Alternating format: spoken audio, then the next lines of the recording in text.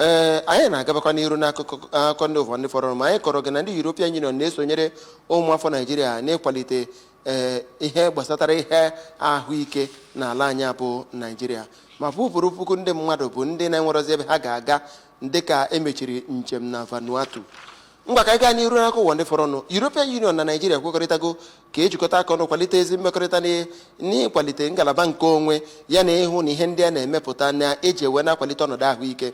N'okwu ya na 2024 Euro Day na Abuja, kwuru na European Union na ndị n'obodo anyị bụ Naijiria ga-ejikọta aka ọnụ ka akwalite ọnọdụ ahụike na ọnọdụ ndị ọzọ dị iche iche.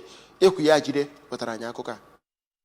Ọ bụ nnọọ ururuchi nkwekọrịta n'ime ka nrụkọ ọrụ siwanye ike na anya bụ emume bụ maka ịlụta ebumnobi Skuman n'ụbọchị nke 9 n'ọnwa nke 5 n'afọ 1950 nke guzobere European Union maka ịkwalite udo. N'okwu ya ka onye nnọchite EU na Nigeria na ECOWAS Samuel Isopi sịrị na ka ha na ndị ụlọ omeiwu nke etiti, gọọmenti etiti na nke steeti na ha kwudosiri ike dịka ndị nkwuchite na nkwado ka e wee nwee ndị ọrụ ngo siri ike nke ga-ebute mgbanwe na ịza ajụjụ. Dịka onye nnọchite ahụ siri kwuo, enweghị mpaghara ọzọ n'ụwa niile ebe nwere ọchịchị onye kwuo uche ya na usoro iwu na nkwanye ùgwù na ikike ndị mmadụ dịka na EU, ma ọ bụ ebe ndị mmadụ nwere ike inweta ahụike, mmụta na ezi ndụ n'agbanyeghị ụdịdị ma ọ bụ inwe ego. Ọ mara ọkwa na ọgbakọ ịzụ ahịa dị n'etiti Nigeria na EU nke afọ agadi na Abuja n'ụbọchị nke 2 n'ọnwa nke 7 ga-enye ohere ịhụ ihe nrụba ama megoro ma welie ogogo maka afọ ndị na-abịa abịa. Osote okwuru ndị omeiwu nke etiti Honorable Benjamin Kalu jupụtara na ekele nye EU maka ọrụ ọma ya n'akụkụ dị iche iche ma kwuo n'ụdị nrụkọta ọrụ a ga-enye aka iweta nsonye nghọta n'ọchịchị dịkpo na Nigeria. Ọ kpọrọ oku maka ikwenye nwe nkwa ịrụkọta ọrụ otumadu ugbu a mba ụwa nwere ọtụtụ ihe ịma aka n'ihu